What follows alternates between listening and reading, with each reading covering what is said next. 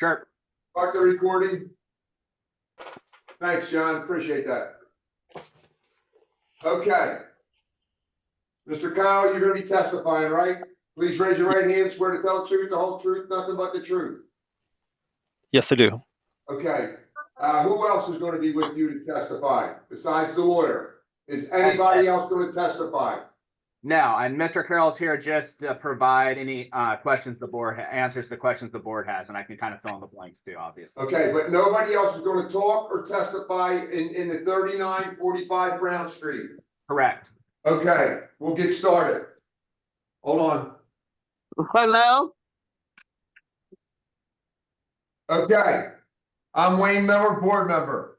Amy Rivera, board member. Ed Agus, board member. Ryan McSherry, Board Counsel. Philip Motto, Boards Administration. Chase Correa, Department of License Inspections. Thomas Rybakowski, City of Philadelphia, License and Inspections. Okay, Tom, while we got you there, raise your right hand, swear to tell the truth, the whole truth, nothing but the truth. Yes. Okay, Oh, God. what's the problem?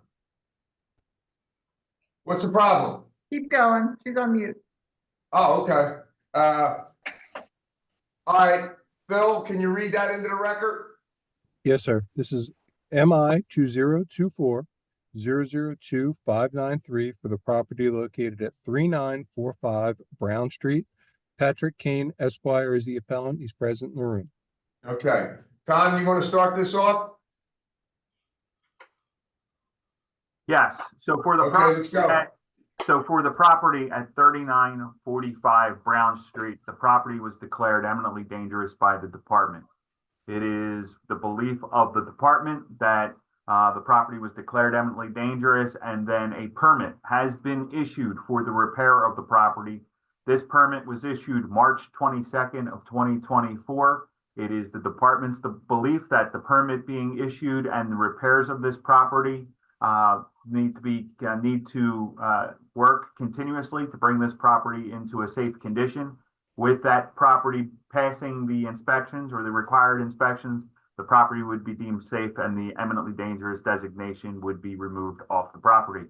So with that said, we are looking that a permit be issued. With a permit being issued, it's the belief of the department that there is no action by this board because a permit has already been issued. I have a question though. That permit was issued, right? That permit. Did the work start? The permit is issued. There was a call for a initial inspection done by the inspector. The inspector has notations, but there is no notation of work started. So we are looking to put on record that work must start and be continuous with the appropriate inspections done to bring this property into compliance. Other than that, there's no action by the board. Now I'm going to ask my question again. Okay. When you get a permit, and you pull a permit for an eminently dangerous building, you pull the permit, you must start work. Am I right? Once a permit is issued, work must start within 10 days of that permit being issued, or the permit could be expired. As the department has not expired the permit, the department's belief is that work will be continuing on this property and make it safe. So you can pull a permit, was pulled when? March 22nd? Permit was applied for September 27th, and then it was issued March 22nd of 2024. What's today? What's today's date? Today is May 2nd. Okay, you have to get the permit within 10 days and then start work?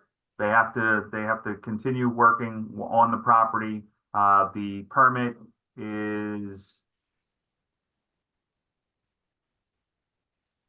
permit requires a initial inspection, and then it requires a final inspection, but there is a caveat that the property be signed off by the design professional at the conclusion of the work. So basically work needs to be done, but it needs to be followed up with progress inspections where the department can see work proceeding.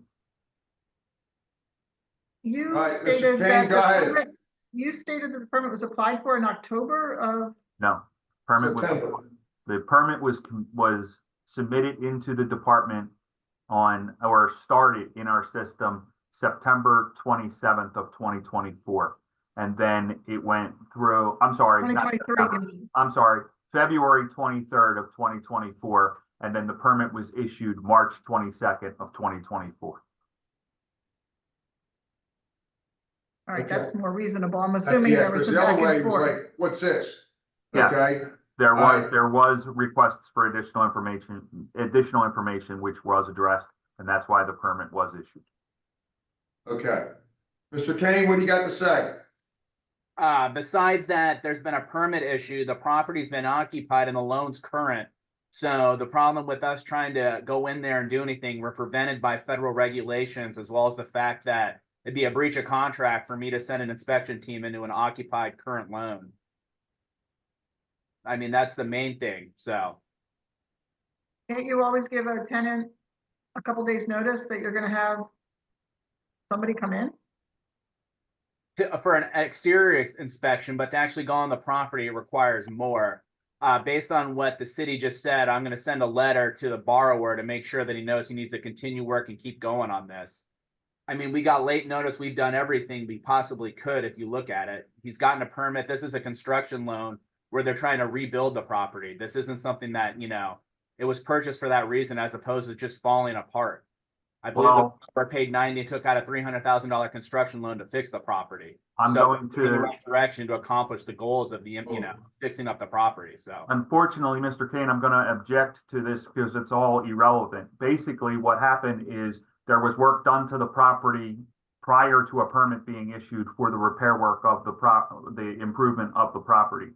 So the conditions is that now there's a permit that's issued. If work is not continuous, then the department will expire the permit, and then you would be required to get another permit for the repair. You're stating that the property is occupied? Correct. And Mr. Carroll could testify to that, obviously, because it'd be hearsay if not, so. And Is the it inspection occupied? report is Is- attached to the appeal, so. So is it occupied by a tenant? It's occupied by the borrower, to the best of my knowledge. Yes, that's correct. Is the borrower the owner of the property, or is it is it a tenant? Mr. Carroll? The borrower is the occupant. So the Is he the borrower owner? is that the owner of the Oh, property? Hold on, I'm confused. I'm- Is he the occupant or is he the owner? I'm Or sorry, is he sir. both? I'm reviewing the loan records as we speak. The borrower is the owner. It does not appear that the borrower is the occupant, because the borrower has a different mailing address than the property address. Well, that becomes an issue because if it's not the owner of the property and it's considered a tenant of for the property, if there's a signed lease or whoever, the owner must provide a safe property for the occupant to reside in. This property is deemed eminently dangerous. Per the terms of a property being deemed eminently dangerous, they must vacate the property. So if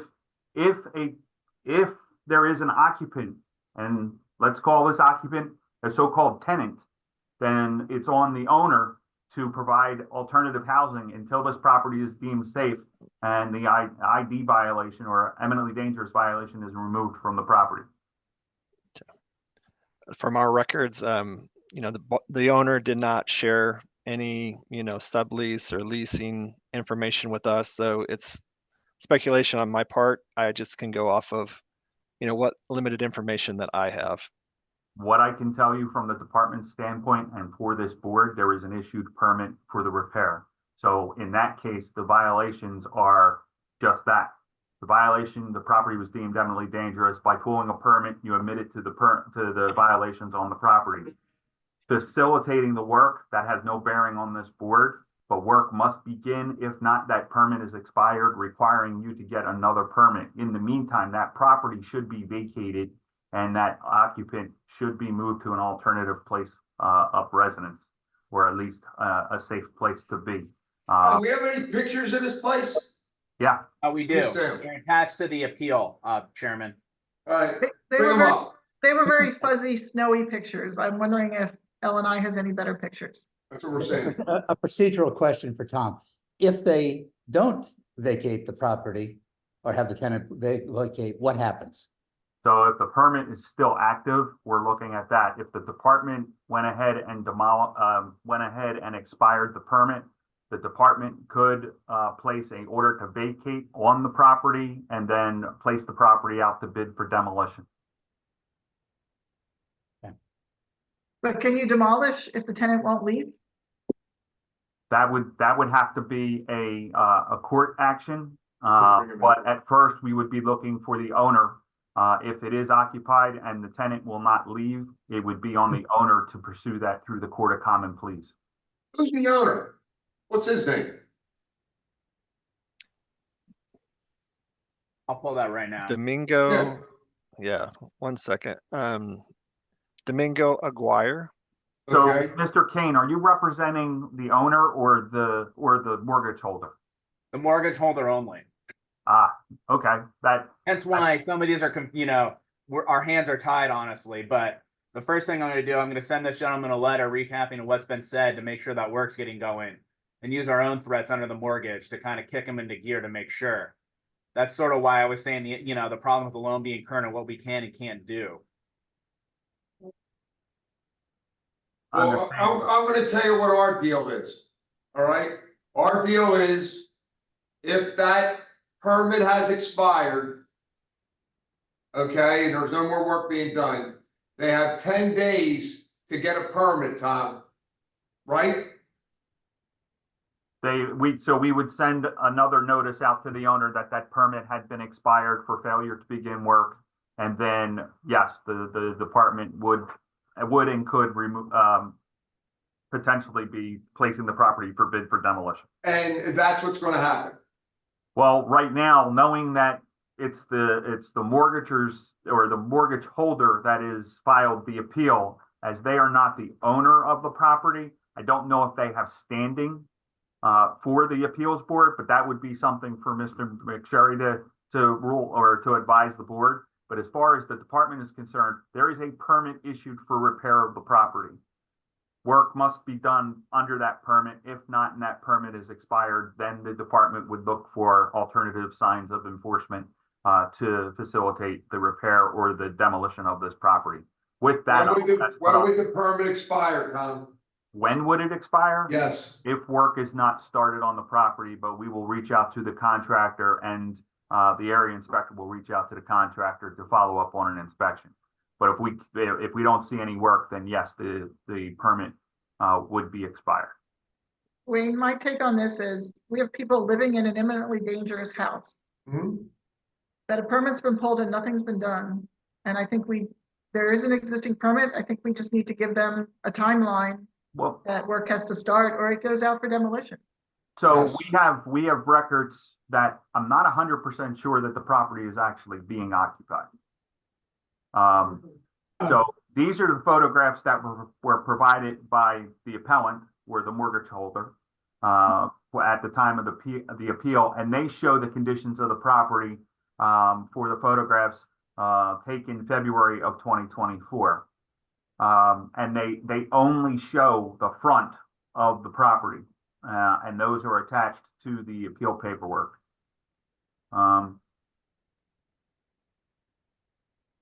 These are the photographs that were provided. Ever take any pictures of the back? And then, We saw those. yeah, then on ours, the department's photographs, that's the permit that's been issued.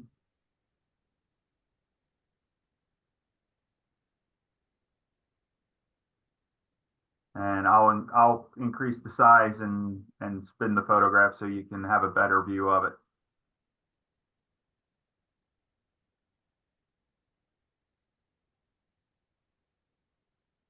So this is the conditions of the property when the property was deemed eminently dangerous, January of 2024. You can see that the front wall over the front door is starting the masonry is cracking over the wall.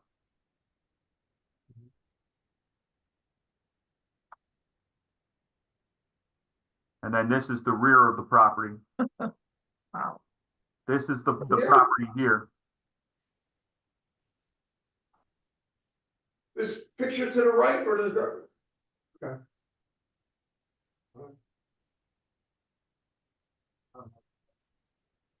Oh, small. All right, I've seen enough. Hey, Ryan, Yes. what does Mr. Kane and Jack have? Do they have standing in this case? I mean, I would invite Mr. Kane to make a response to Mr. Rabikowski's assertion that he does not believe that the appellants here have standing. I'm not sure if Mr. Kane has any response to that. Then why did we get a notice that we were going to start getting fined significant amounts of money on a daily basis? That's why we're here. I mean, So I have can answer that. Okay, So- go ahead, Tom. Being that the mortgage holder has an equitable interest in the property, and being that the property is deemed as eminently dangerous, it is the department's policy that we are mandated to send a notice to the mortgage holder or any lien holder on the property, explaining that if the property is not repaired, that the condition of the property could lead to a demolition. And with that notice, you received a notice saying that basically, if repairs are not done to this property, it could lead to the demolition of the property, which you as the lien holder or the mortgage holder have an equitable interest in the property. That's essentially what the notice is saying. In response to that, I would advise the board that given the appellant here's interest in the property, that they would have standing before this board to bring this appeal. Okay, now, but the thing is, they can't get the contractor to do the work, right? The other person has to get the contractor and pull the permit? Well, the permit is issued. So The reason work hasn't started though is because there is a tenant and they won't let them in? Is there really a tenant in there? I mean, I'm sorry, but we're at the mercy of our inspector, and they obviously are a subcontractor of one of our vendors, and they inspect tens of properties a day. It does not look like the property is occupied per the photos that were just on display. I'd be really surprised if it was. We can go back and ask our vendor to substantiate why they came back and said that this property was occupied, and I will do so. And I will also order an additional inspection to get front and back photos of the property, and also to attempt to make contact if anyone is in the property. I think what I heard from Mr. Kane, and correct me if I'm wrong, was that you have a certain amount of leverage in this case to make sure that something happens here to ensure that the work is either done, or if it's not done, with the understanding that the property will be demolished. Does that sound? Yeah, more or less. There's clauses obviously in the mortgage when there's fines that can take priority over my client's interest in the property, or obviously an abandonment or demolishment where we can write a letter saying you got to do A, B, and C, or we're going to take D, E, and F as action. Obviously, based on this and the permit being pulled and everything, we can send a letter outlining the borrower's obligations and our rights, and under the mortgage, which will be the next step. So, Tom, right now, we're gonna have to take a look and see if this home is being worked on? well, for the department will be going up and doing an inspection under the terms of the permit that's being issued on the property. And then we'll take the appropriate action as the department needs to see fit. As far as today's hearing with the board, it's the department's belief that a permit is issued.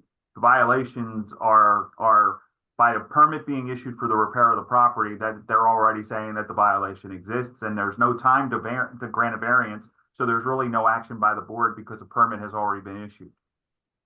But the thing is, when something's brought to this is for you, Ryan, when something's brought to our attention, we have to act on it, right? That is correct. I mean, ultimately, I think our focus here is fairly narrow, as Mr. Rabikowski stated.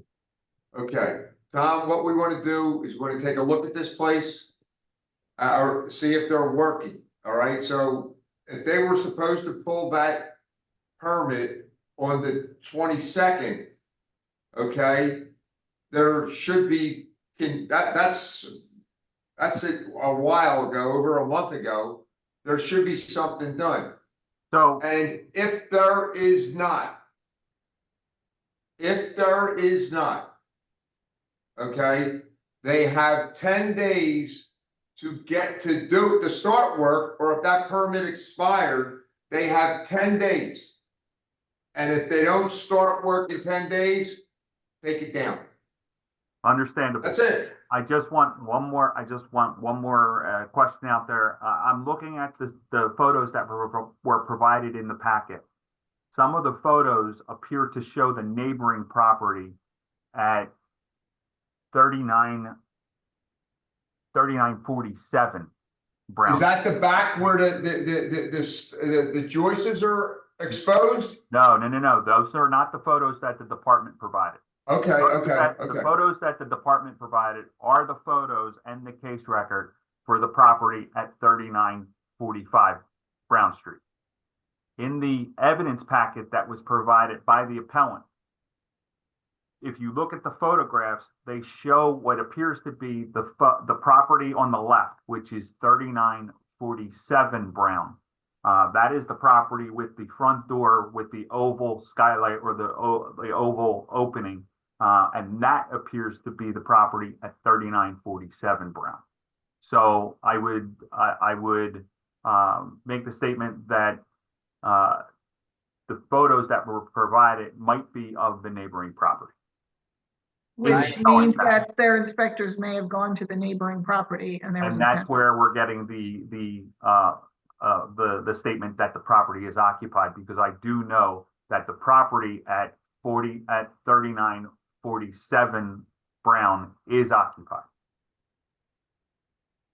Okay, I see So what you mean. that would be, Well, hold on, that would be Mr. Kane's people that you sent there to have Correct. to see what the inspector, Correct. they went to the wrong house?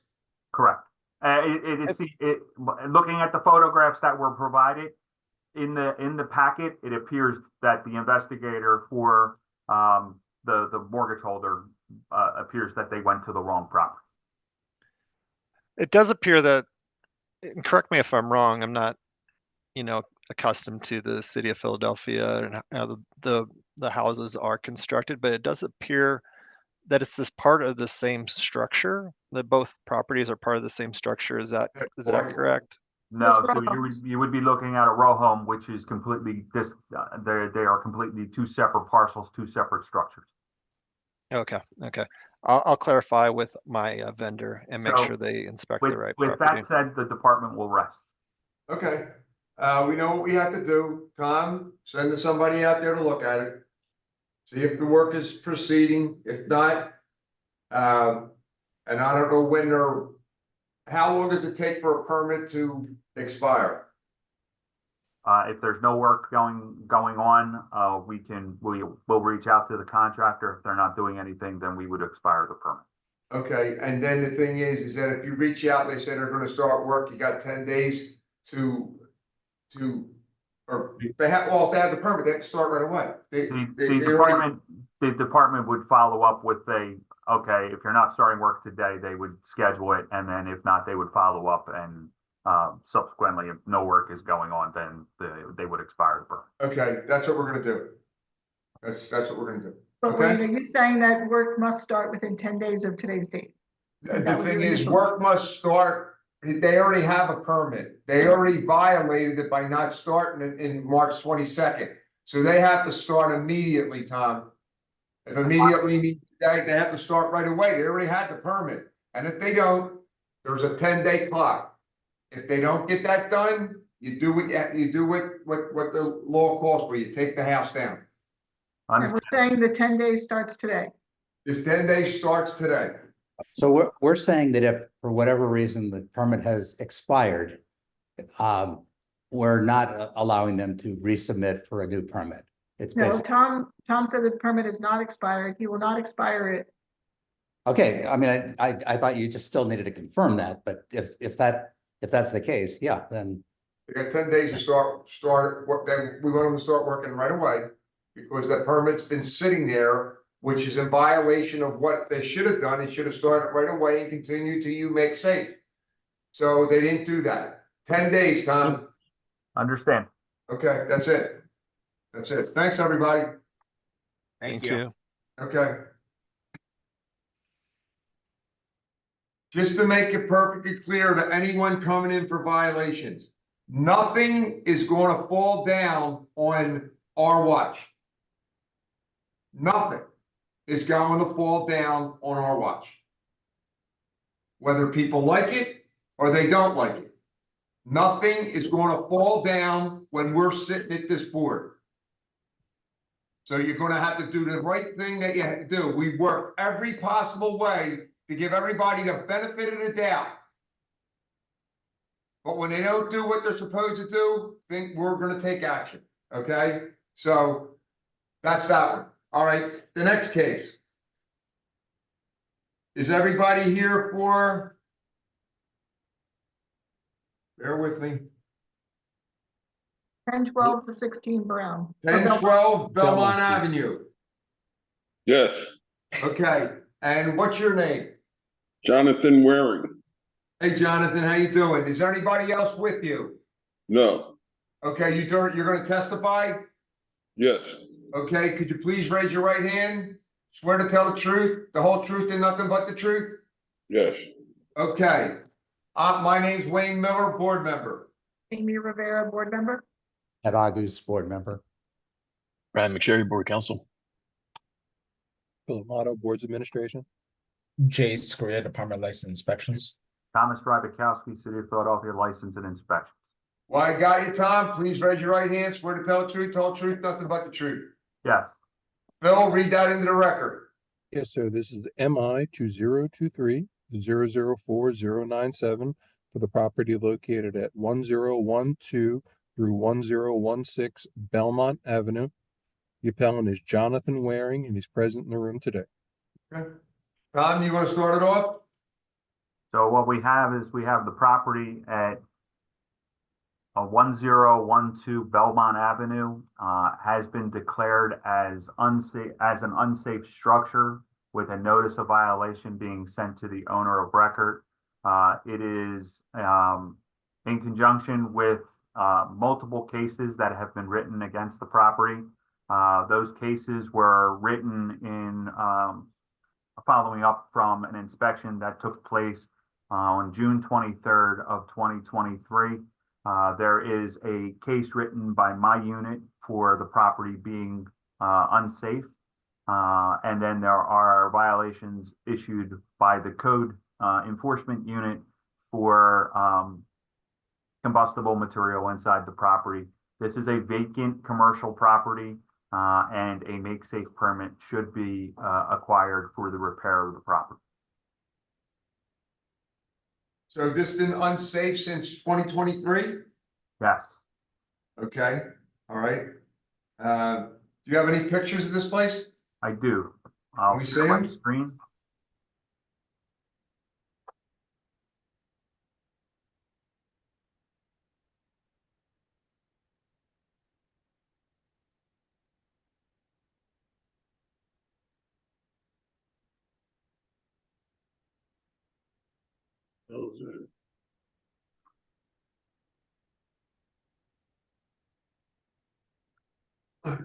So these are the photographs that were taken of the property. Property was inspected June 23rd, 2023. They were taken by And I'm Inspector Trainer. Go, Tom. They I'm were having a taken, problem. they were taken by Inspector Trainer. This is the front of the property. There are concerns with the masonry walls. There is concerns with the amount of material that's on the interior of the property with the weight loads of the that are being subjected onto the interior floor assemblies. I didn't know that. Looking at the front wall, you can see that there's a fracture opening up on the right-hand side. Here's the photograph. And with the amount of material that was in the yard and the code violations that are issued by the code enforcement unit. But for the masonry walls, a make safe permit would be required. Tom, in looking at Google, I don't see it mentioned, but it looks like the sidewall is also fractured at the roof level. Yes. We're,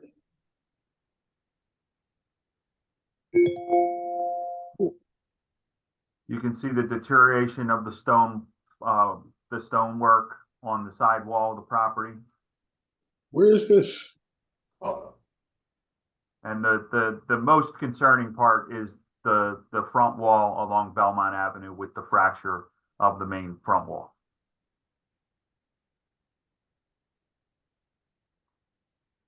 And that's the last of the photographs that were on the case record. Okay, Jonathan, can you Yes. tell us your part of it? Excuse me? Can you tell us your part of what's going on?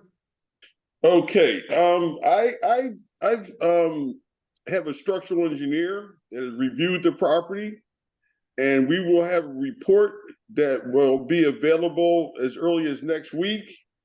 And we discussed what's going on, and he said that he definitely does not see that this is anything in imminent danger to anyone, and that wall is not although the repairs need to be done on the wall, he's going to suggest that repairs be done, but it is definitely not a dangerous case.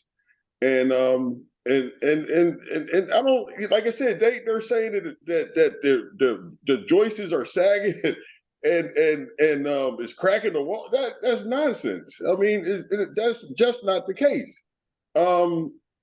And like I said, we're going to address all this in the structural report that I should have by next week. I talked to the structural engineer. Matter of fact, I talked to him this morning. He said he should have the report ready by next week. So with that, And we're planning on. I'm in discussions right now with a nonprofit that they want to do a program at the property. Now we're looking for funding to really renovate the property and and to do something with it. But really, a lot of this stuff is stemming from like one of the neighbors is really causing a lot of problems. She's calling everybody saying that I got all these problems. She seems to think on the other side of the lot. She seems to I'm going to object. It's irrelevant. Okay, all right. All right. Well, like I said, okay. All right. This is the bottom line. These violations is some of the stuff that is coming at me. Like I got a violation to say that I can't put on the driveway for the driveway. I got a sign across the lot that says "Do not park in the driveway." It's a legal driveway, and because I have to have that sign there. Because the police, I was told that I have to have the sign there, and if anybody parks there, I have to call the police. They have to ticket the vehicle, and then I can get it towed. Okay. Now, Ellen is giving me a code violation, talking about that I got to get a permit to put a sign to say that you can't park there. I mean, it's a styrofoam sign. I mean, I know what that ordinance or whatever that is geared towards is for signs that are structural that could fall down and need to be inspected every year. It could fall down and hurt somebody. If I could interrupt you for a second, and I understand your frustration with the process. However, we have a very narrow focus in terms of what we're looking at here, and this is very straightforward. All right. Basically, then I would say this. I would say this. Please listen to me for a second. Okay. Okay. You have gotten the violation notice. You've done the right thing in terms of getting a structural engineer to look at it. Okay. We're gonna, the department will get their report. The report will either take issue with the department's take on it, in which case we'll be dealing with this down the road, or they will say, look, there is damage that needs to be repaired. You're going to need to get a make safe permit to do that work. And it's going to be done by a registered contractor. With the city. And all that'll be spelled out. And so if Okay. you have the department if you have the report to Tom's department next week, as you say, they'll take it from there. We're not saying, I believe, Tom, correct me if I'm wrong, that this has not been cited as imminently dangerous. It's been called out for a make safe permit, which is Okay. a lower threshold. Okay. And you will have a certain amount of time in order to bring it into compliance. Tom, do you have a recommendation from what you've seen of the kind of time, assuming that the engineer's report doesn't change your mind? We would be looking for a permit to be in our system within 30 days. Okay. All right. It takes longer to get a permit than that, but I'm not asking the board to order you to have a permit issued by then. I understand that. What I'm asking the board is to say that a permit be in our system within 30 days. Which would be that it would be you mean the under review. application? You say the The application? Understand completely. I'm not looking for a permit to be drafted and entered into our system, and then we just enter it, and then there's nothing there. It's just documented that you applied for it and it got rejected because it didn't even meet any kind of requirement. What I'm asking is that a permit be under review and in one of my plans examiner's hands within 30 days, Okay. which is more than possible. Okay. All right. And it I should be don't have a problem. I don't have a problem with that. I don't have a problem with that. it'll be based on the report that your engineer is issuing. That'll call for the work that's needed. And again, it has to be a structural engineer who also is registered. It is a structural engineer. Yes. But just make sure you're hearing the last part of that. Structural engineer registered with the city. Yes. Okay, fine. Yes. Okay. All right, that's it. 30 days. Thank you. Thank All you. right. You're welcome. Thank you. All right. All right. I believe we have the appellants in the room for the next matter, sir. Okay, and the next matter is 6214 Belfield Street? Belfield. okay. Who's here from Belfield Street? Claudia And- Valentine and Courtney Kitcherman. Okay, Miss Valentine and Miss Kidron. Who's going to be testifying? I just sent Miss Valentine a prompt to unmute her phone. There we go. Okay. Can you hear me? Yes, we can. Are you going to be testifying? Yes, I will. And then I also have another young lady on the phone with me.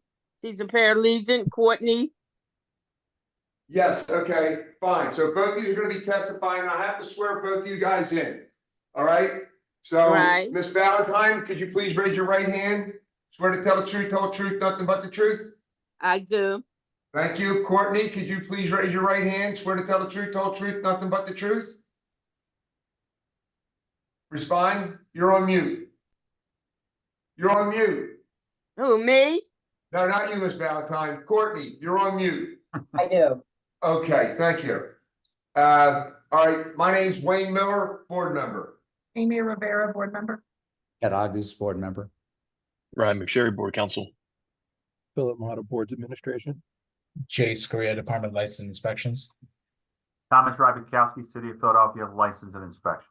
Good, well, I got you, Tom. Raise your right hand, swear to tell the truth, whole truth, nothing but the truth. Yes. Okay, Phil, put that into the record. Yes, sir. This is MI 2024-002-580 for the property located at 6214 Belfield Street. Claudia Valentine is the appellant, and she's present in the room today. Okay, Tom, you want to get started? We have a property at 6214 Belfield Avenue, which has been declared eminently dangerous by the department. Before I go any further, Miss Valentine, are you residing in the property? Yes, I am. Do you have any other place to go? No, I do not. Not at this time. Okay, so it is, I'm gonna share my packet with the board. While I'm sharing my packet with the board, the department, it is owner occupied, so the department is going to ask you that the property is deemed eminently dangerous. It is imperative that you please find alternative housing for this property, but I'm going to share my screen with the board. Okay.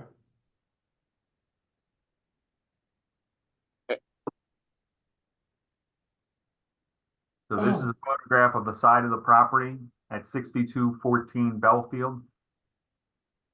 You can see that the side wall, which appears to be a load-bearing wall, has suffered a collapse where a tarp has been applied over the rear of the side of the property.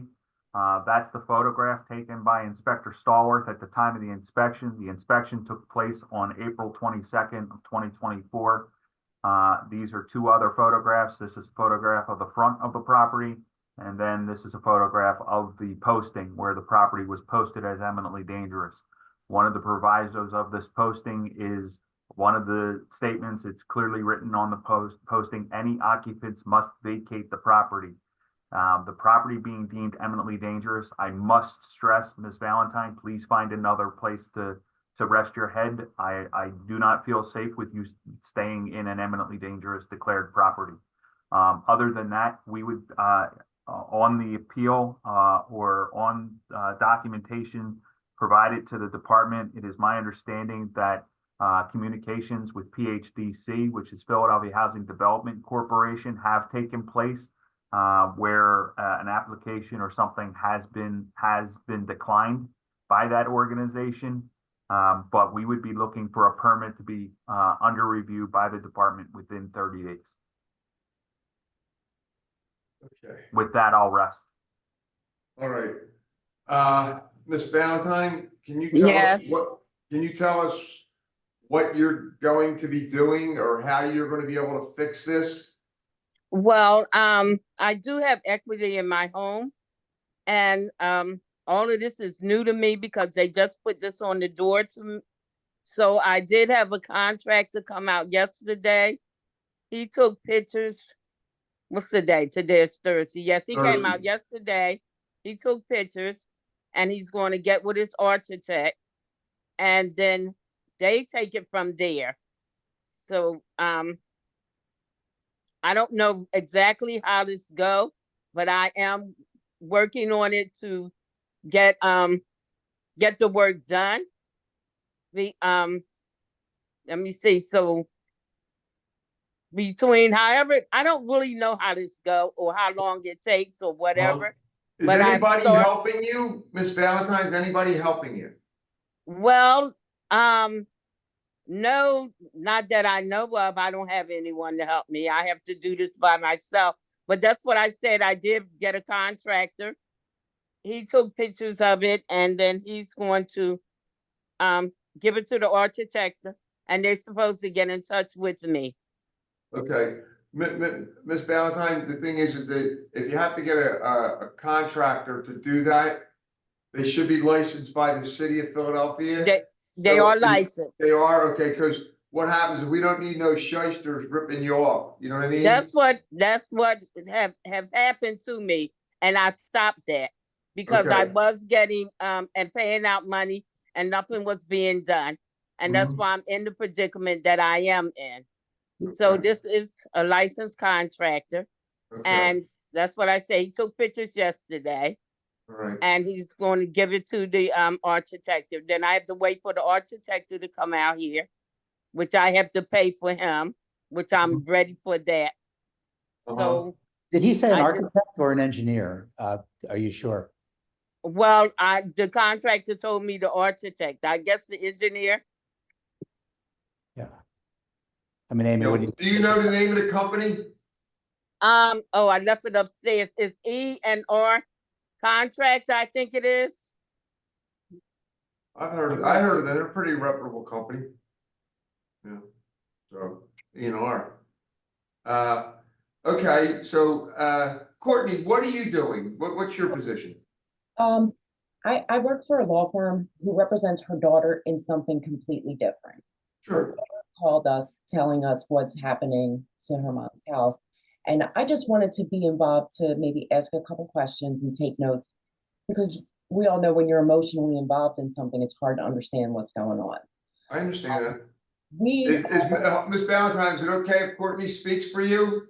Yes. Okay, fire away, Courtney. So we are going to be helping her try to make sure that whatever contractor she uses is licensed and insured. The issue is, this house is really all she has. She's on a fixed income. And it's going to be hard for her to get a reputable company to be able to do the work that needs to be done where she can afford it. And with the house being imminently dangerous, even though she, she owes some taxes on it, she doesn't have a mortgage, she may not be able to get a loan from a bank to try to get the work done. So we're kind of at your mercy. She doesn't have anywhere else to go. So Now, just one more thing for the board is, and this might be something that Courtney might want to look into, but according to the paperwork, looked like PHDC did decline at least an application. But I know PHDC does offer low cost or low interest loans. Excuse me, can I ask you when they declined? I don't know. I just have that there was a communication that it was declined, but I would follow up on that to just make sure. Okay, well, I just put in another application Monday. Well, Monday or Tuesday. Ms. I Valentine, just put would in a new one. And Well, then I also, if I can get this L&I off of me, I can apply for the Restore Renew program. Well, that Restore Renew program, that has nothing to do with L&I. And to be quite honest with you, Ms. Valentine, the only thing that the department is concerned about is not that you want us off of you, is that the building doesn't collapse on top of you. So it's not the department that would be on top of you. It would be your house that would be on top of you. That's the end. We don't want that to happen. And that's potentially what could happen. So we want to make sure that you're safe. Well, so far as I know, the front of my house, it's just that section in the back. But the front of my house is well secured. Well, all I can say is that it is the department's belief that it is eminently dangerous, and please, we do not want you staying in that property. I just have a quick question. Go ahead, Court. She needs a structural engineer, not an architect, correct? Correct. Okay. I have to attend another hearing, but it would be my position with the board that a variance of 30 days be provided. But other than that, I do have to check out and go to another. Tom. Thanks, pal. Thank you. I have another question. Considering her financial situation and that this is her primary residence, are there any improprious filings she can do? Can she apply for permits and everything she needs to do according to her income, or does she have to find a way to come up with this money? She's gotta find a way to pay a contractor. I mean, that's the big cost. Yeah. Say that again. Your big cost is your contractor. Yeah. And I deal with make safe permits all the time, and contractors won't work on them unless they know the funds are available. Yeah, and I think just to reiterate, there's sort of two issues here. One is the make safe permit and ultimately getting the work done and making the building safe. The other is the fact that you're living in a building that is unsafe. And I think anybody who is in a position to provide other lodging, until this situation changes, it's really critical that they understand that. I can tell you, Mr. Rebekowski, who unfortunately had to step away, was in a building collapse about a year ago. Very lucky to have, even been here, and it's not anything to mess around with. Is there any groups or corporations that help with this? Does anybody know of any? We're looking into it for her. We're trying to find, honestly, I didn't see the pictures and I didn't know the extent of it. But I'll be trying to help her find temporary housing until she can get this done. But as of right now, from what I know from my conversations with her, she does not have any family members or anybody that she could stay with. So we're gonna. And the thing is, what would she do? Use her home as equity to get a loan? Yeah, if that's possible. We don't really know. This is all happening pretty fast. So we're gonna see if she can get a loan. And if she can get a loan, then she'll obviously definitely make the repairs. But If not, we're gonna have to look into how she can get the funding to get this fixed. Yeah, who's our council person? Does she have, do you know who our council person is? What do you mean? Yes, I do. Their city council person, the people from the city. They usually know of everything that can be, if there's something that can be done or given to the person to help them out. Who's your council person? Kevin Poole. Kevin Poole. Is he a new council person? Well, he's a new council person, and then I also have Patrick. I can't think of his last name. And then there's Cindy Bass. Oh, and then Cindy's the there's, council person. Right. Yeah. So I have to really find out exactly who's who. Like all of this just happened in a couple of weeks. Yeah, So you know, they might know some group or somebody to help out. You know, I don't know, but well, they came out and put the sign on my door on the 20th. It was on a Saturday. Okay, that was So we got L&I, in there on the L&I. 22nd. Yeah. And so, and I went there last Friday. I went to the Magnificent Building last Friday to appeal it. And now I'm on Zoom, you know, I'm on. Yeah, you're with us, y'all, yeah. right. So I haven't had a chance in order to do nothing. Like I said, I did call the contractor and he came out and took pictures. So he's working on that end, and I'm trying to work on this end in the same way. But it's like they're not giving me any time to actually do anything. Yeah, they're what they're trying to do, Ms. Valentine. They're afraid that you'll get hurt in the house. You know, sometimes I disagree with L&I on certain things because we're from the outside, me, Ted, and Amy. But the thing is that this is it looks pretty bad. What's going on, and we don't want you to get hurt over something that you don't have to do. But well, in the Courtney, meantime, I knew I would eventually have to leave so the work could be done. But that's what I'm saying. They've not given me a chance to really do anything. So I just need some time to get stuff, to find out stuff, to get stuff done. All in all, I'm working on everything. do you have any idea when the contractor is going to be back? Well, I'm going to give him a call today and let him know that I need this done as ASAP. Tell him you need to know, you have to have a permit within 30 days. Okay? And that might light a fire under the contractor. And in the meantime, Courtney, I would have her get in touch with their council person, which is Cindy Bass. Cindy Bass is a good person. If she can help you, she will help you. You know what I mean? Personally, yeah. Okay. So The thing that you, sorry, with the permit, I mean, as part of the permit application, which is what has to be in 30 days, and be turned around within 5 days when that happens, that will include the engineer's report, which will identify any work that has to be done to remove the violation. And so all of that has to happen in the next month. And, you know, L&I is recommending 30 days. That's sort of the outer edge of what they typically recommend in a situation like this. Yeah. And what is the name of the permit that she needs? A make safe permit? Yes, and it will probably require an engineer's report and an engineer drawing. Okay. Yeah, the drawings and the report will identify the scope of work that needs to be done.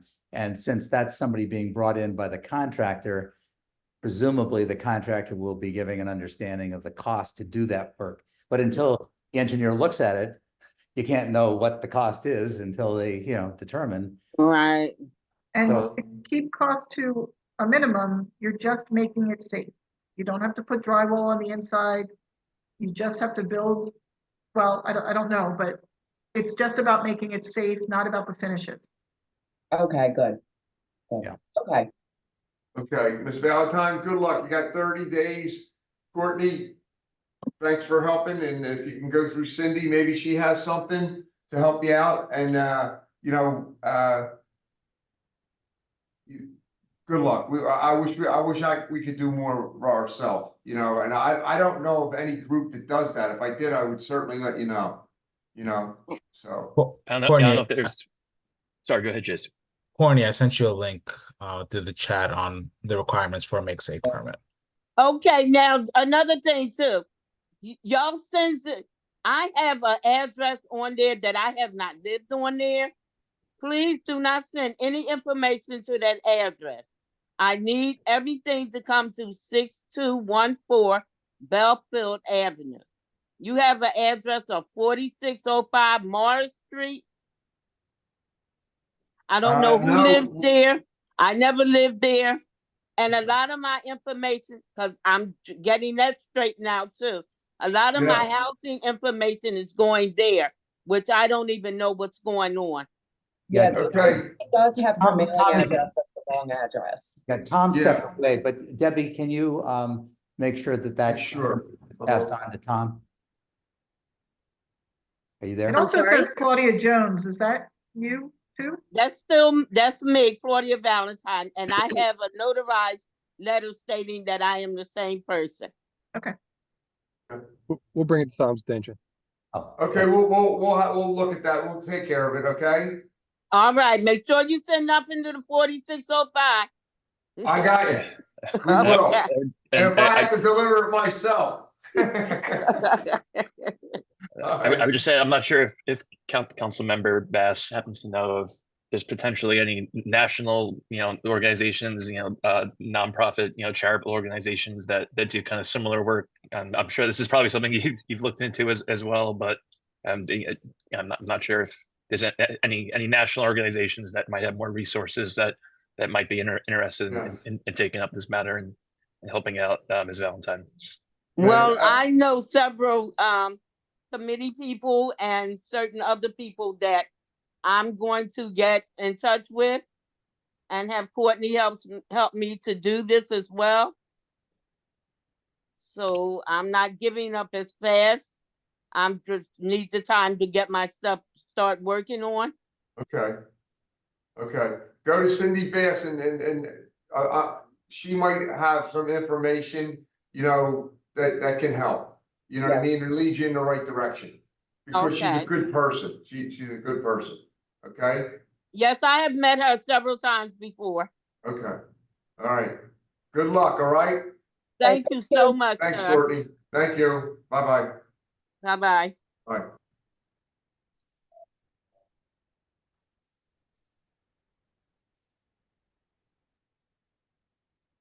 There's got to be something in the city when people are hurt and don't have anything that they can help. I mean,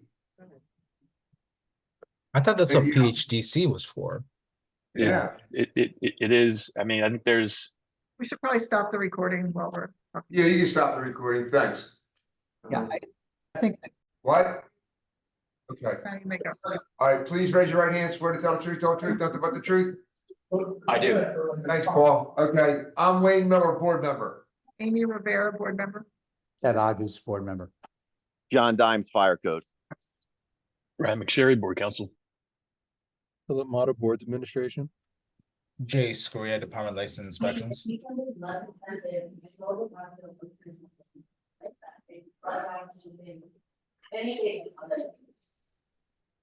that? I think it's background noise from. Oh, okay. Everybody say the names, because my mom was preoccupied. Phil, could you put that into the record? Yes, sir. This is MI 2024-002-086 for the property located at 1000 through 1010 North Delaware Avenue. Paul Lorenz is the appellant. He's present in the room today. All right, Paul, go ahead. All right, thank you very much for your time, members of the board.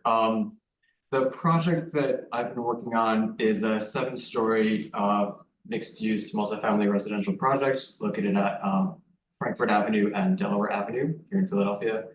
The project has a previously approved building permit. It's actually in construction right now. I have applied for an amendment to the permit to change the stair, the currently approved stair, to an all wood stair. The currently approved stair is a wood construction from floors 3 through the roof, in compliance with 2018 IBC. It also has a metal pan stair at floors 1 and 2, floors 1 and 2 having type 1A construction. What I'm proposing here is an equivalent construction that complies with the 2021 IBC, which does allow for combustible construction in this situation. And I'd be happy to point out any code references as needed or bring up any drawings as requested. Could you share some drawings? Just gonna show us in section or basically elaborate. This sounds very similar to some similar cases we've heard recently, so it'd be helpful to kind of see what you're proposing. Sure. Would you like me to share my screen? Yes, please. Just 1 minute. All right. So here is a stair section. As you can see, floors 1 and 2 here, in the typical egress stair, are currently approved as non-combustible metal and concrete pan construction. The stair from floor 3 above is again currently approved as wood construction. Floors 1 and 2 are type 1A construction. Floors 3 through the roof are type 3A construction. So again, what I'm proposing here is that the entire stair be a combustible wood stair. In compliance with the 2021 version of International Building Code, we are proposing that the stair enclosure at floors 1 and 2 is upgraded to a 3-hour fire rating. I'll flip over to. Excuse me, Paul. Whoever, can somebody mute their phone or computer, whatever they're on, because we're getting a background noise and I can't hear Paul. I All think right, it's Paul, from, go ahead. I think it's from Paul's. Oh, Yeah, okay. sorry about that. Wait, I do have some background noise here in my office. Yeah, tell them all to go take a vacation. Go ahead, Paul. Don't worry about the noise. Zooming in here on the ground floor plan.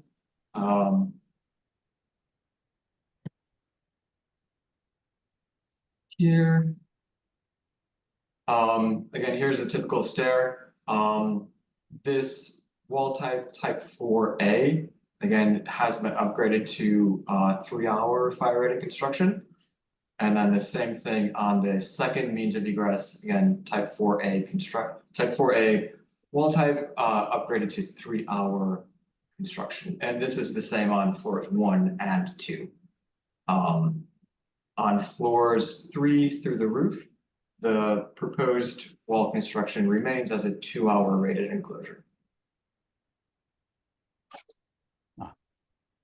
And when do we think, Jace, that the 2021 code will be adopted? you're on mute. Oh, I'm sorry. No, Jason. Oh. Most likely next year. Next year? Okay. All right. I can't tell you, but that's what I was told. I'm not sure Okay. whether that's going to be coming to fruition, but Okay. yeah, I took a look at the 2021. As long as they provide the 3-hour, they're okay. But like it is for everything that you've seen before, we have to apply it with the codes that we enforce today. And under the 2018 IBC, this wouldn't be permitted in 2021. It looks like it is.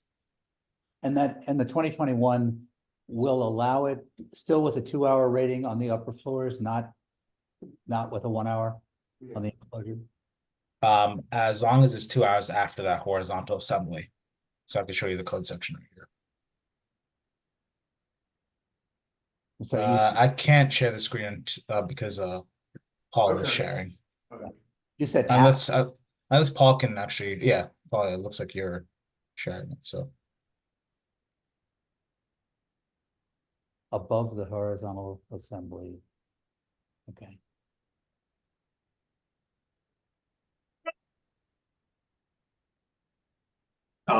So I'm assuming, Jace, that this is the code section that you're gonna bring up? Yep. All right. So the code section is chapter 510.2 .4. Interior exit stairways located in type 1A. Buildings are permitted to be combustible when the following are met. The building above is type 3, 4, 5 construction. In this case, it's type 3. And the stairway located in the type 1A building is enclosed by 3-hour fire resistant construction, which we are proposing here in this amended application. So is that the new code? This is the 2021 version of the code. Okay.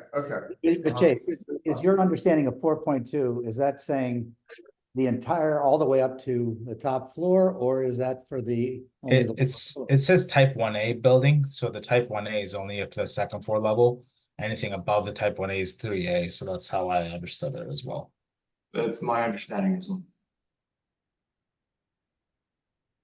And the 3A, and how many floors are there? There's 5 floors. 7. Yeah. Okay, and so and that's still, even with the 7 floors, all of that still applies.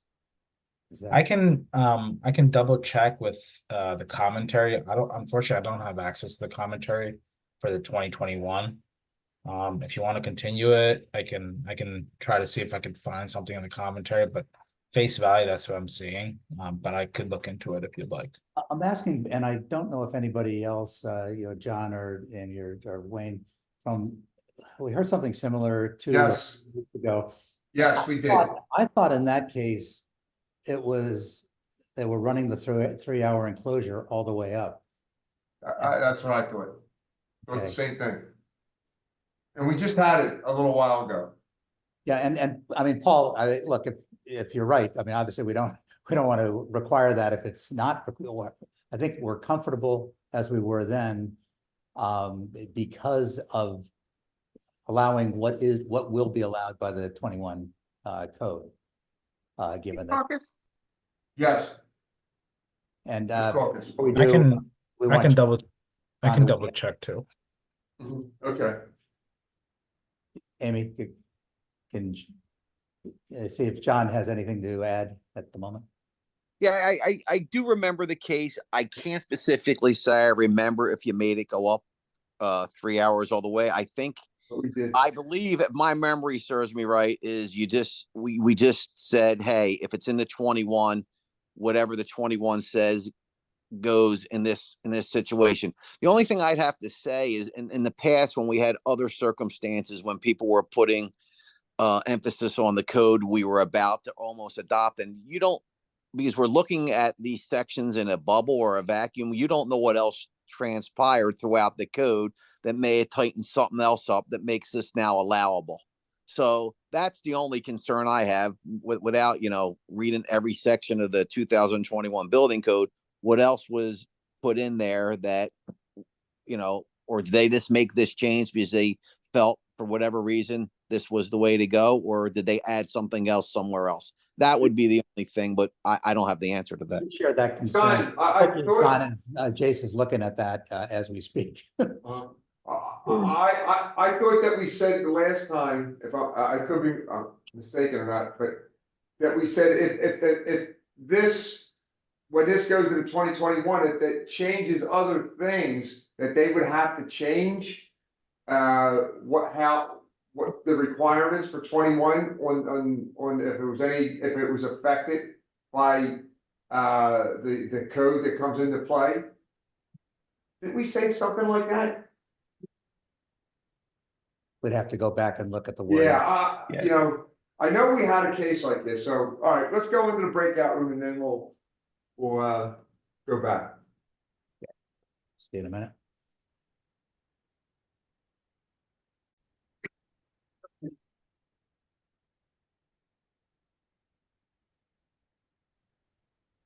Okay, we have a case just similar to this case that we looked at before. And what we came up with is that we're gonna put it on the contractor and his team to go to the ICC and get an opinion that the 2021 code doesn't have any ripple effect on other codes in that if we allow this. So that's where we're at, Paul. There's somebody, we have another case that's pending just like yours. So if you could get your people to do that, and then if they say there's not a ripple case that there are other codes will be affected, then we'll be okay with it. But we need an opinion from the ICC. Yeah, and it's also a high-rise situation, so. Yeah, it's a high-rise building. Got it. Are you looking for a written opinion, or would a kind of a verbal opinion over the phone work? We need something written. We need something written, not just a You verbal. need a written opinion, okay. Yeah. And we'll continue this? Yeah, and Paul, we would urge you to kind of ask the question as kind of thoroughly as possible, because it's, so that the response is as comprehensive as you can get. Got it. Thanks. All right. Okay. All right, Paul. Thank you. All right, guys. All right. Okey-dokey. Good idea. Okay, what I gotta swear all you guys in individually, so I need your names, all right? Rustin Oler. Okay, Rustin, please raise your right hand, swear to tell the truth, the whole truth, nothing but the truth. I do. Okay, who's the next guy? Are you the only one testifying? No. Jeremy Lecomte.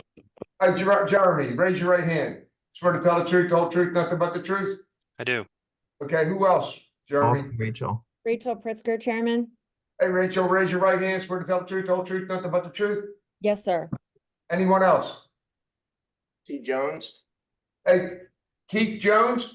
Jesse Jones. Oh, okay, please raise your right hand, swear to tell the truth, the whole truth, nothing but the truth? I do. Okay, is there anyone else? That's Okay, I'm Wait, Wayne who Miller, is board member. Justin? There's a Justin? Yeah, Justin is also Sorry. here. Justin This Gray. guy just popped up. You gonna be testifying? Probably not.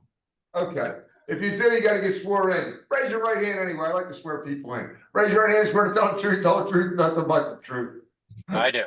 Okay. And Justin, what's your last name? Gray. Okay. Could you Wayne spell Miller. that? I'm sorry, could you spell that, please? Sure. Gray.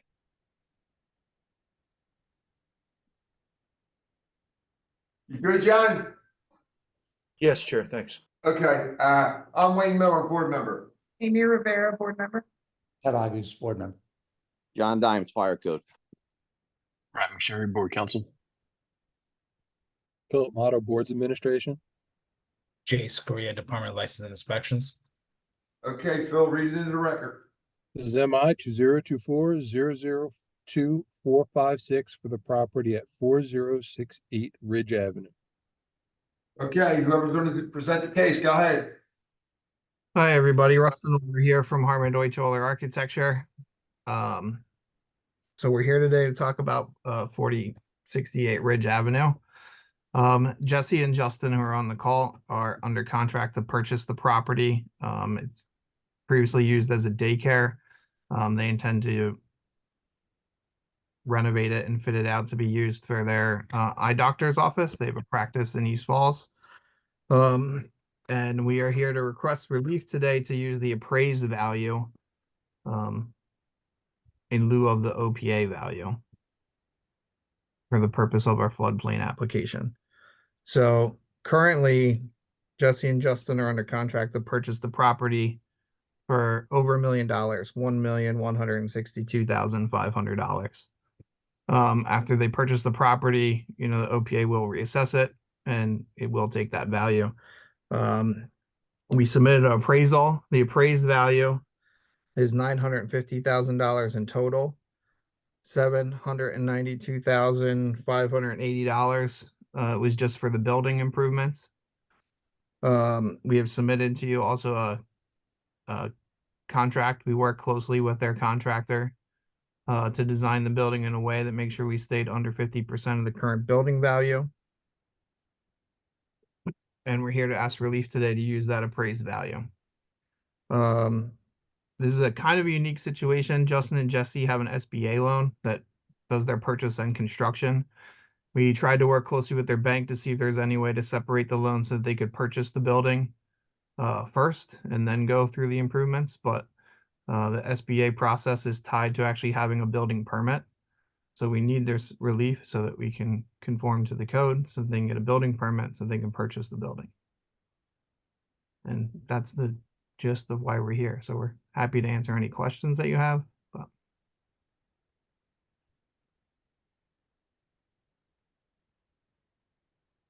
Anyone have any questions? Yeah, I'm reading through. Okay. yeah, so the contract value and the cost of all the improvements is below 50% of the appraised building value. And they're actually purchasing the building for higher than the appraised value. So after that's done, and we know the OPA takes time, months from now, that will actually get adjusted and, be higher than what we're asking for. So, but we're kind of in a rock and a hard place where they don't own the building yet. And Expensive would those floodplain measures be? drastic to the point where they would not be able to proceed with the project. What's the dry floodproofing? Does that have anything to do with this? No.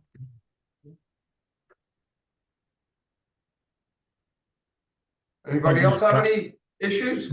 Dry floodproofing is, Jeffrey, I mean, dry floodproofing is required. That's the requirement because because it's considered substantial improvement.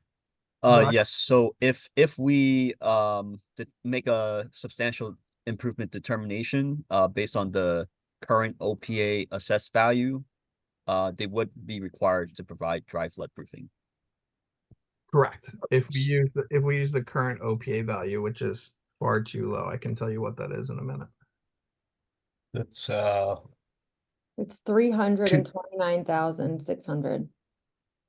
Yeah, so it's under. What does the OPA mean? Oh, Office of Property Assessment. Oh, okay. Yeah. I don't know all the acronyms, so. Yeah. So what would the actual percentage be if you were basing it on that, 329? It would be just over 100%. Okay. So our current contract is like 390,000. That's what they're buying it for? No, they're buying it for 1.1 million. 1.1 million. Okay.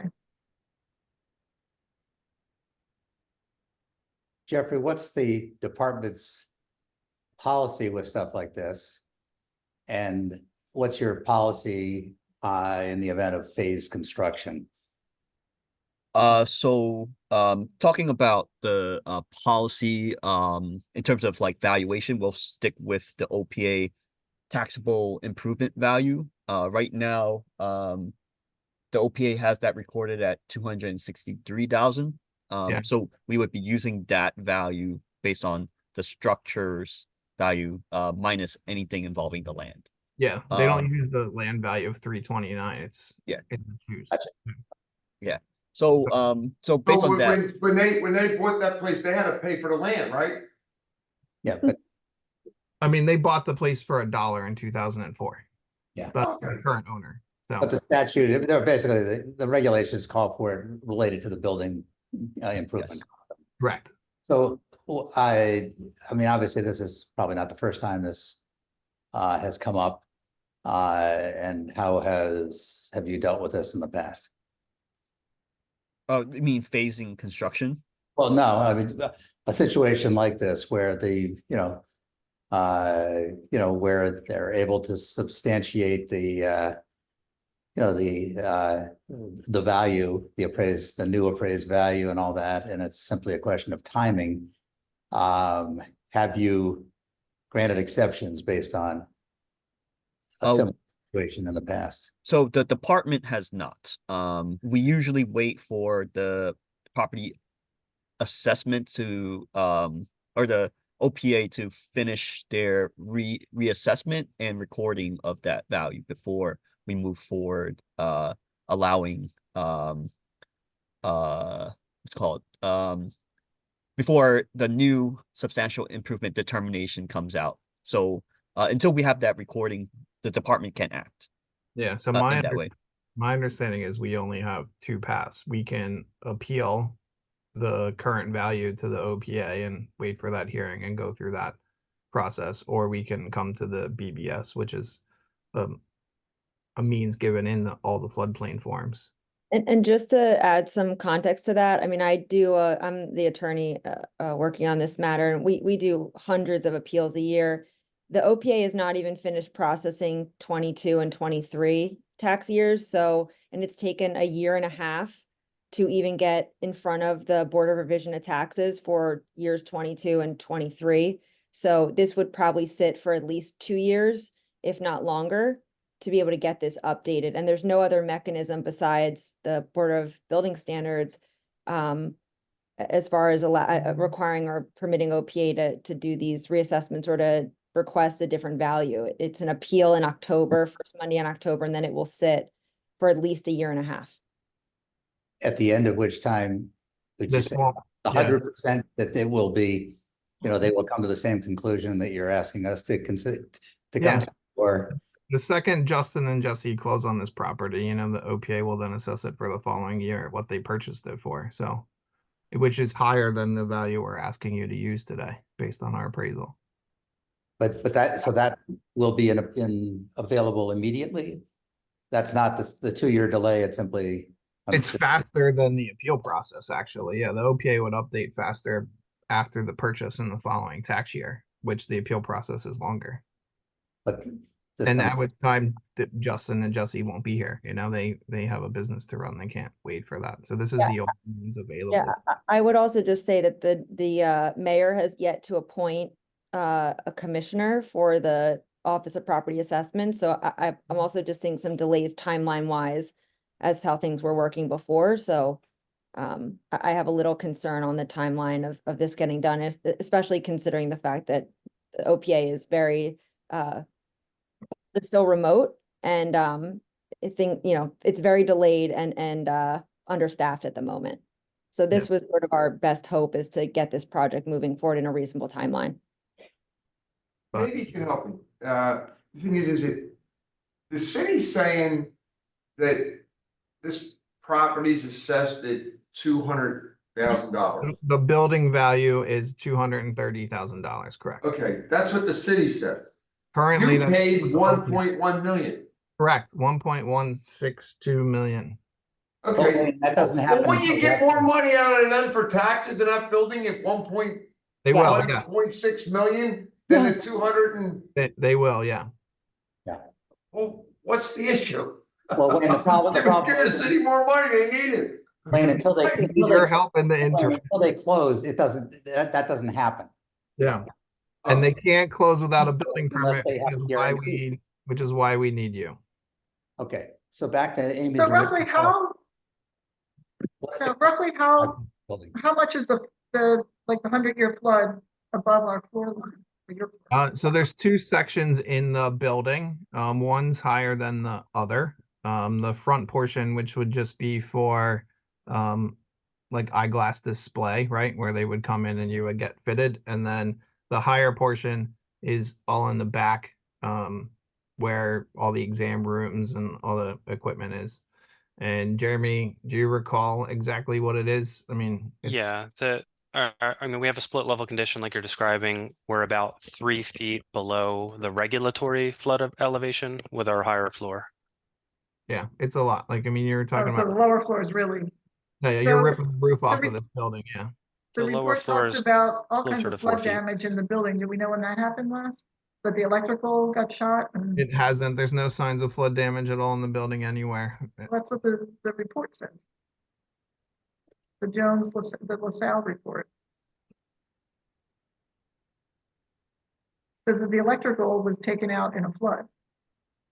No, I'm sorry, nobody ever relayed that to me. I don't know when that was.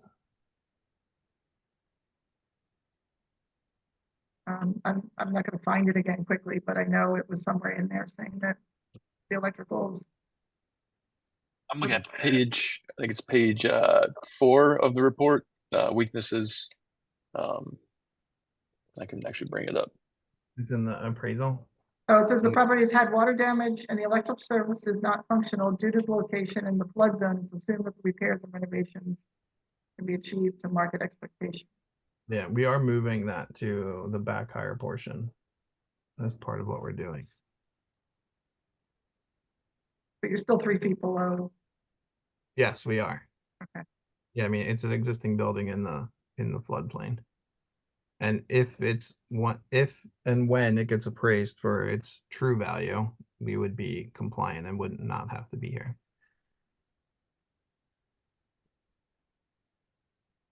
And the owner is willing to take that risk of a flood. I don't want to speak for the potential owner. Jesse and Justin. Yeah, the research I did was the last time that building flooded was a few years ago, where we had that 200-year flood where all of Philadelphia got flooded. If you look at all the history of the rest of the floods that weren't as bad as that building didn't flood. But we will have flood insurance on the property, so we're willing to take that risk. I recall about 18 inches of water in that front area, lower than any of the electrical. I don't think any electrical was removed because of the flood. I think that it sat empty for so long that they just turned off the electrical. So there was a little bit of flood damage to the bottom of the drywall and the baseboards. And it was just that one flood that ended up flooding the like 676, like that big one, right? Yeah. And their current practice is only a few blocks away, so they're very experienced in the. Which is also in the floodplain, but it didn't flood during that 200-year flood. So. Yeah. Interesting. Out of curiosity, what is the approximate cost of doing the dry floodproofing? Yeah, the dry. If you know, have you gotten a proposal to do that? We've talked with contractors about that. Yeah, to date it's been cost prohibitive for them under the terms and conditions of their loan. Something they might. I'm not asking for it's a gazillion dollars or it's a lot of money. Do you have a rough estimate of what it costs? So not for this project. The last property that we just did on Delaware Avenue, it was about $250,000 for the dry flood proofing. So that's comparable in terms of what this. Okay, that's helpful. Thank you. And maybe this is a question for Jeffrey. When would wet floodproofing be allowed? Because that's really just venting and. It's not allowed for commercial. Yeah, it's not allowed for non-residential uses, Okay. only residential. And Ted, aside from the floodgates, they would also have to evaluate all of the existing building walls and potentially reinforce them as well. So there's cost there. All right.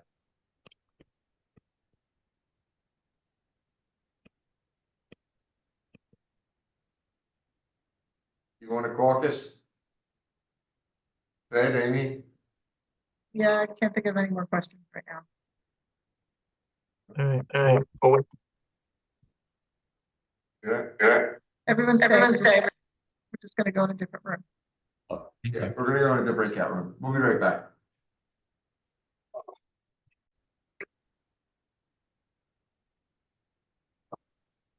Let me open that up. Hold on.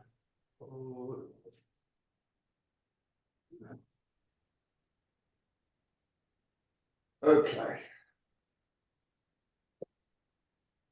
We will grant the variance if the agreement or a proof of the transaction is 1.1 million and the construction's 390,000. Okay. Otherwise, okay? We've submitted proof of both of those to you as part of our. No, we want to see the final sale. The final sale. Like, We want that eventually submitted. I know you don't have it now. We're gonna give you a variance. Okay. But we want to see that submitted. Yeah. And if the sale price is higher and the construction cost is lower, that's fine too, of course. Okay. You know. I'm just want to be clear on timing because I can't submit that to you until after we get a building permit. So it'll be after the fact. Is that okay? Yes, we're giving the variance, knowing that we will not receive the final agreement of sale until after. So later. So are you saying after the building permit because the transaction, the sale doesn't go through until after a permit's in place? It's an SBA loan and contingent on the purchase is a building permit. So after you grant the variance and after we get the building permit, the sale will go through and then we can submit all that paperwork back to the board. Got it. Okay. And I think Ryan, you were saying that would go to the commissioner's office, I guess, Oh, or go to the commissioner. Debbie to, I'll forward it to Deborah after they close. okay. Thank you. Thank you guys You're very. welcome. Have a Good luck. Thank you. You take very much. VSP? No, I'm gonna kidding. Let her rip, Phil. All right, this is HA 2024-001-512 for the property located at 2007 South Simpson Street. That was a late appeal request, which was granted during an executive session today. That'll be scheduled for a later time. Good. Everybody good with it? Amy? Yes.